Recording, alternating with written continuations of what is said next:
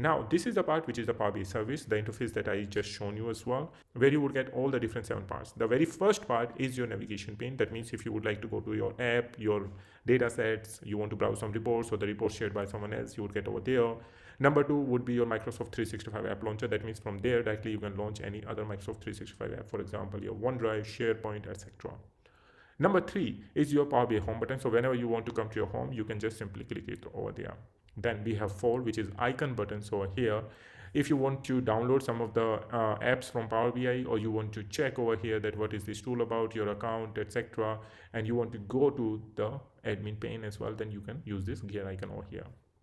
Now, number 5 is your search box. So you can directly search any report name, any dataset name from here. And number 6 is going to be your recommended content. That means the reports and dashboards that you are using.